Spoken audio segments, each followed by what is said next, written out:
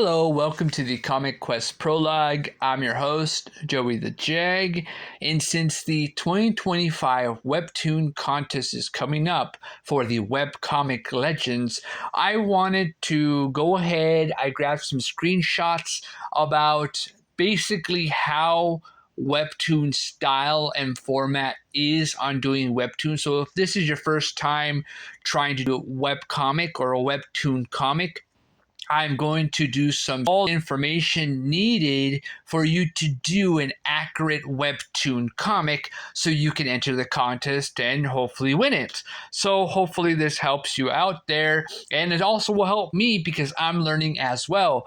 For those of you that don't know, I am not a professional artist. I didn't go to art school. I don't have an art teacher. I have a hard time going on YouTube and doing tutorials. So I decided to do a documentary on my art journey from extremely amateur artist to eventually a professional artist that can draw anything that's pretty much good enough to draw. Leave a like and subscribe and share it. Enjoy the video. Lot Alt presents Webtoon editing tips. This is not a class on writing or art. It is intended to help you understand the vertical storytelling better. Just remember the following three things: readability, clarity, and pacing. 1. Readability. The story is easy to read on mobile devices. 1-1 panel placement. Lay out panels vertically, not like this. Instead, like this. 1-2 speech bubble placement. Less effort to follow the text, the better. As you can see, the image of the eye, how it's going down in a strange diagonal, that's not the way to do it. The speech bubbles need to follow the vertical panels when you scroll down. 1-3 fonts. Use legible fonts. Not very inky, messy fonts where you can't read, but clear, precise fonts that are easily readable. Do not use more than 2 or 3 fonts in one series. As you see below, it's pretty hectic and messy, and the fonts are all over the place. You don't want that. You want a more precise, clear font sizes that are all unique and engaging, but follow a similar vertical pattern. 1-4 font sizes. Use legible font size. 12 pixels tall, too small to read. I can't see anything. I can't read what it is in this Webtoon. But 24 pixels tall, better, because now you can actually read the bubble and look at the panel at the same time. Keep the font size consistent. Look at the wrong way to do it. Why it's all scrambled and weird and really hard to understand and comprehend, while the one on the bottom is exactly what you need to do because it's more engaging and it's more clear and easier to read, so you don't have to look for the words. It's all there and easy to follow. 1-5 size chart. As you see the panel and the phone that encircles the panel, you can tell the frame itself that it's 1280 pixels high, and you choose a font size 18 pixels tall or taller in order to have the sizes of both the panel and the fonts itself, so you can see the panels and you can read the fonts. On the bottom, you see that it is 18 pixels, and you see where it says test. That is basically the frame in which the font needs to lie when you're putting it onto the actual panel of the comic. This is a graph of the pixels to point, 72 dpi, and also the pixels to points, 300 DPI. It shows you examples of every different pixel and also the letter size and also the points needed in order for you to see certain fonts clearer, certain panels better. But in this case, the fonts are all depending on the pixels and how you place the pixels on the panels. Pixels to points, 72 dpi. You got 10 pixels and you see the letter size there, 10 points. You got 18 pixels, you see the letter size there, you got 18 points. 20 pixels, you see the letter size there, and you got 20 points. 24 pixels, you see the letter size there, and you get 24 points. 30 pixels, and you see the letter size there, and you get 30 points. Note that you have to understand that this is basically an example of where the font is going to go in your panels. You also have pixels to points 300 dpi. 10 pixels, you see the letter size. This time it's 2.4 points. 18 pixels, letter size, 4.32 points. 20 pixels, you see the letter size there, 4.8 points. You have 24 pixels, you see the letter size there, and you got 5.75 points. 30 pixels, and you see the letter size there, 7.2 points. As you see, this is all just a way for you to have an accurate understanding of how big the fonts are needed for your panels or making something interesting or engaging for whoever's reading it. But as long as it's readable, it's clear, and anyone can read it, you're good to go. 2. Clarity. The story is delivered clearly and easy to follow. 2-1. Amount of information. Keep things digestible. 1 or 3 panels per screen. 0 or 3 speech bubbles per panel. As you see there below, that's the wrong way to do it. You see the 1, 2, 3, 4, 5? That's basically all over the place, right? And you can't really understand who's talking, who's actually the conversation is going, the flow of the comic. You're not really engaged. There's not enough information, and maybe there's too much information to sort of understand what is going on in this particular comic, because the fonts and the words, it's not very clear exactly what is going on. It's pretty much jumbo mumbo and what's going on. But as you see in this example, this is the right way to do it, because you have 3 panels on the page giving a bunch of speech bubbles and fonts and wrong panel flows. You have the actual panels giving you some breathing room, while there's only but a minimal amount of the speech bubble. But the visual presentation is allowing you to understand what is going on. It's very clear. And that's the kind of clarity you're looking for when people are reading your comic. 2-2, object of focus. Keep the object of focus clear. Right here in the wrong way to do it, here, the book needs to be the object of focus, right? And so that is basically giving you the idea. But the right way to do it is show that it is the object of focus, unless subtlety is intended. So basically, you're trying to look at the book, which is the main subject here, but the focus is on her, even though the focus should be on the book or a birthday cake or a dagger, right?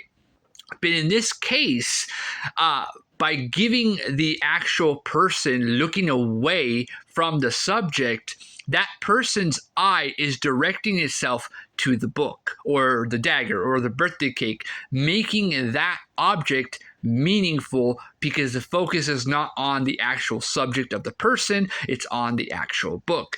And that is how you sort of play around with emotions and exaggerations and things like that when it comes to focusing on the things that you want the readers to focus on and not be confused with what's going on in your story. You're basically trying to direct the reader's eyes into the actual main thing you want them to see in your story. 2-3 Sense of time and space. Use time, location stamps when necessary. You see how it is basically you have the panel there, and then you have like a and then another panel there. There's nothing there that's engaging. There's nothing there that is giving you like a good transition from one panel to the next. But the bottom one, the correct way to do it, you see that even though there's a panel and there's something in the middle, there is something worth reading that is going to go into the next panel. So giving that space and giving some type of information that is important to the next panel is really good, because sometimes you don't have enough panel to really show everything. So you want to be able to get the people that are reading your book, right, to go to the next panel because they read something that's important, or they saw something unique or interesting, maybe a little like riddle or a little note or something that's compelling that they are willing to read the next panel because it's a continuing flow, right? And you keep on going with that continuing flow, whether there's that space.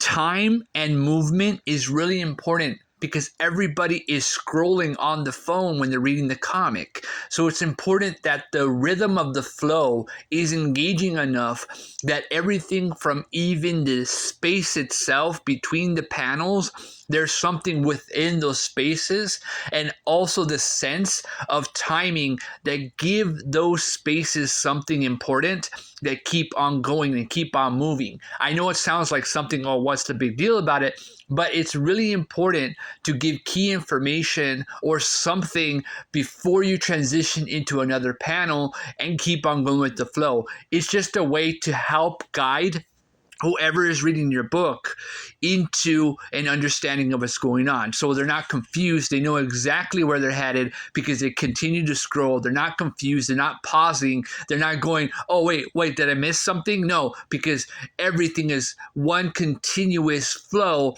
non-stop flow until the end of the comic. Use gradient or grayscale to denote flashback.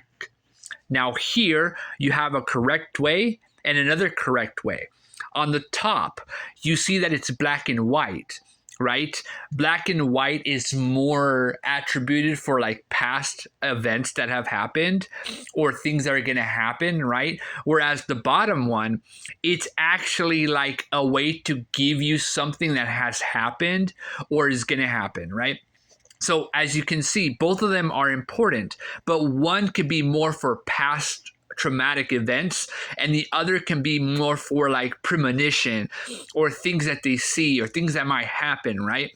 So no matter what is going on and what is trying to say here is that you use certain colors of gradient or grayscale in order to tell something is going to happen or a bad feeling or something weird or strange. If you're doing like a horror or a thriller, right? You're kind of giving that idea that the person that you least expected to be the one behind everything, right, is in black and white. And you start realizing, shoot, I missed that clue. How can I be so stupid? But then you realize that the person you thought was the killer, right, turns out that it's not. So then you get another like grace or gradient flashback, right?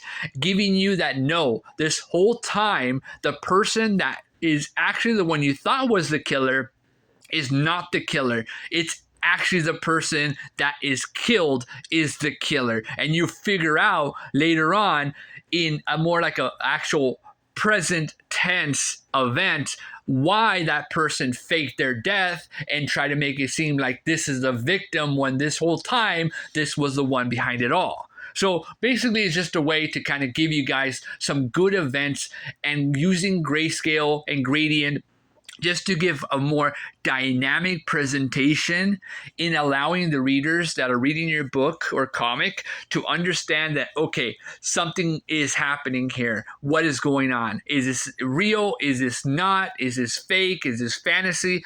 And that's kind of the one thing you want to give your audience, such as a mystery of intrigue. What's happening? What's going on? I'm into this. Let's see what happens next. Use an establishing shot for a change in setting. As you see on the top, the wrong way to do it. Why is it the wrong way to do it? Because you see how the level of the flow is not accurately setting the shots in the direction you want, right? But the bottom, right? It's saying here, where are they, right? And you don't see anything. You don't know what's going on. There's no story. There's no reason why you're looking for them. Why are they important? Who are they? But the right way to do it, they are in a coffee shop, right? And you see that top there, what is showing you like a nice little diagram there. And it's showing you that it is a coffee shop that they're in. So when you see the actual panel, you know that this person is a barista talking to this other person. So basically, you know what's going on, right? Is this person just going up, having a cup of coffee and trying to get a cup of coffee, and this person's ordering. But on the top, you don't really know that. You don't see that. There's no idea of what is going on. But that's the reason why they're giving you that example, right? Now you know that this setting is taking place in a coffee shop, and you give a good idea. So basically, it's just trying to give you an understanding that if you're doing a location, it's important to show the location, and then you can show the characters and things like that, just to give a little bit more context than just people just appear out of nowhere, right? Just pop up out of thin air. Instead, you are gradually giving people an actual location and setting of what's going on. And I think that's really good for presentation. And not only that, but for giving like a nice flow of what's going on in the story. You're not confused. You know exactly where you are in the story, and you know what's going on. And it's very easy by just putting a location and a setting, and then you can use that to create your own stories. It says here, keep the actions clear. Difficulty in following characters' actions. And then it says new character. There's a big X here. And the reason why is because the action is confusing. You don't know exactly what's going on. You don't know what the thing is. There's a new character. Who is that new character? What is going on? The action is not giving you like a flow of the story. It's just like random like movements, and there's punches and claws and some blood there and some scratches, and one important thing is there is no flow. There's no flow of action. When you see an action punch or a kick, you see the kick, and there's a nice flow going across, and you're following the fight, right? That's not going on here. There's no flow of the combat. You have no idea what's going on, and you're losing the reader, and they're just going to turn it off and read something else. But here, the correct way is continuity works. You're using, right, the vertical scrolling of your phone to create panels, and the eye is being used by the reader to focus on the primary person that is being attacked or fighting. That person or that character is being followed by the reader. And as you follow that one character, you begin to see the flow of the fight, and you're engaged by it. You see it, you can feel it, the emotions are there. And the next thing you know, you are scrolling away because it's a continuing flow of fighting and combat, And it's something thrilling because 1, you get to see the character in action, 2, you get to see the fight, and 3, you get to see the dramatic action that is happening before your eyes. So it's a nice flow of continuation. And when you continue a flow like this, you can continue to engage the audience or the reader by simply keep on scrolling, and that's the goal. 3, pacing. The story keeps you scrolling and click on the next episode. 3-1, series pacing.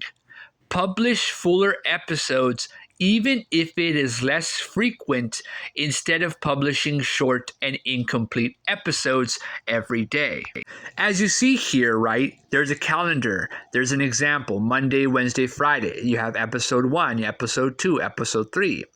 It says that episode 1 has 5 panels, episode 2 has 5 panels, and episode 3 has 5 panels, right? But the idea is wrong because you're relying on just 5 panels for one episode, but it's not even a complete story. It's not engaging enough. There's not enough of information to have them to read the next episode. And instead, you're rushing it and making it use of your time and their time. And then the 5 panels are done. And they're like, okay, I'm not going to want to read the next episode because it's all like, it's simple. There's not enough engagement for me, right? That's why the series pacing is important, because that's the episode count, right? Let's say you have 20 episodes and you want your reader to read 20 episodes in one single day, right? It's got to have a nice flow, and it doesn't really matter how many panels. What matters is that it's a complete episode from beginning, middle, and end that tells a full story, instead of like, okay, I'm done. I did the 5 panels. I'm done. But the story's incomplete, right? You got to finish your story, even if it's going to take you a long time, even if it's going to take you a while. Just make a better, fuller episode and then drop it, and people will be a lot more happier with that than taking like 20 episodes and there's only 5 panels. There's not enough information. Now, this is the correct way to do it. You see, it's the same time slot as the one that was incorrect. The reason why it's better this way is that Monday or Wednesday or Friday, right? Instead of dropping Monday, Wednesday, Friday, this person decided to drop it on Friday. Even though they're supposed to drop it on Monday or Wednesday, they dropped it on Friday, and it's episode 1, and it's 35 panels. Why 35 panels? You're probably asking. Well, it's because you're telling a full story. You're telling a complete story from beginning, middle, and end. Think of it like that. Think of it like Star Wars episode 1, right? It's a full story from beginning, middle, and end. That's basically a good example of what I'm saying. Like, you want to tell a good story. If you want them to continue to read the next 20 episodes, then you have to have a nice end that gives a satisfying conclusion that continues your story, right? Obviously, if it's a series. But you have to have a good beginning, middle, and end that has a full story that are engaged, even if it's 35 panels, 40 panels, 50 panels, as long as the readers are engaged by it and they're satisfied by it and they want to read the next episode. And they might have to wait, or the next episode might be right there. But at the end of the day, the people that are eagerly waiting, anticipating for your comic, the cool thing about that is that they get to enjoy the book. And whether it's a good thing or bad, they might want to read the next episode, and you might have to hurry up and finish that episode. But that's the good thing, because if they're enjoying it and they're engaged by it, that means you are gaining new readers and they're anticipating the next episode, instead of you dropping like 20 episodes Monday, Tuesday, Wednesday, Thursday, Friday, and they're not complete, they're not really good, they're not satisfying.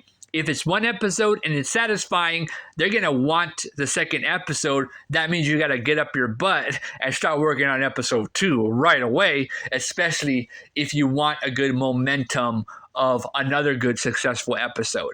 And it's a continuing thing that continues to go. And it's a grind, but hey, if you want to do this, that's what you got to do. 3-2, episode pacing. Use gutter space to control the speed of scrolling. Lack of gutter space. This is a good example of it's just not enough to breathe. It's just one stretch of one gigantic panel instead of it actually having more than one panel in a strip, right? This looks like a giant panel in a strip. It should have different panels within that strip, right? The sequence feels hurried. It's true. Look at that. With varying gutter space. As you see there, you see the panel and how the black is sort of continuing into the next panel, but it's going into the next panel, right?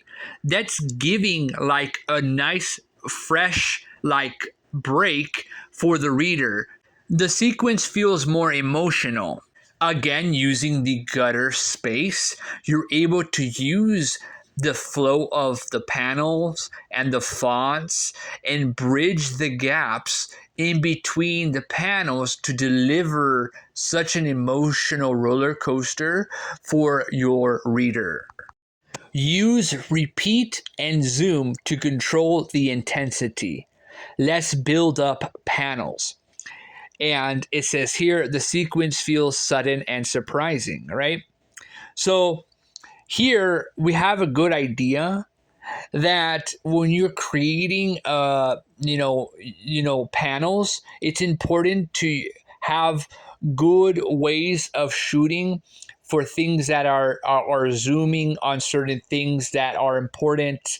Also repeating things that feel a bit important to give the readers an idea so that they can remember that moment. It's so important for these things. But you have to be the one in control of the feeling of this story. You have to be the one that's luring the reader into these events. And when there's less anticipation of panels, you're not really engaged. It's just not really captivating enough to deliver. There's just a sudden like a jump or a sudden thing that's happening, and it's just randomly happening, and you're like, what's going on? I don't understand. I'm confused. Like you're just going with nothing because the engagement isn't there. It's not building to nothing. There's not enough of repetition in the story that's going from the beginning top to the bottom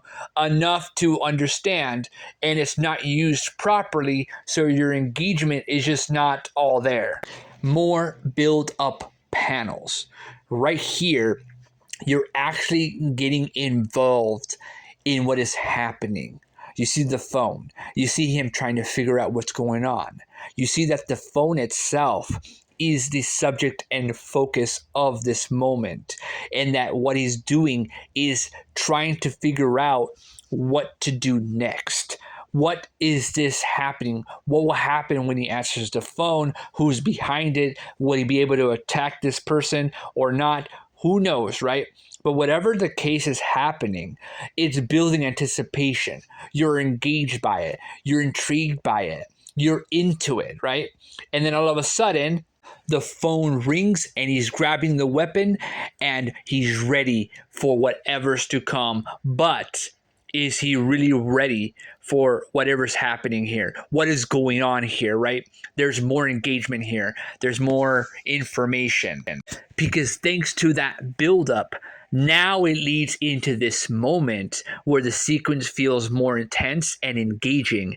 And then we see that there is a creature behind this phone. What's going to happen next? And that anticipation is building, and it reaches a high point where you're like, oh, what's happening next? In this way, you hook the audience into participating in your sequence of events. This is your ride and they're on it, and it's your job to make sure they enjoy it. To recap, remember these three things: readability, clarity, and pacing. Good luck and start creating. End. And there you go. I hope this is good enough for you out there to understand and learn more about Webtoons because of this video. Hopefully, it motivates you to understand the actual way. You know, it's important that we follow these guidelines so that as soon as we understand them, we can do our own flows, our own patterns. But until then, this is the way Webtoons is done, and you just gotta find the way and experiment and also use the rules and style of Webtoons in order to create your Webtoon comic.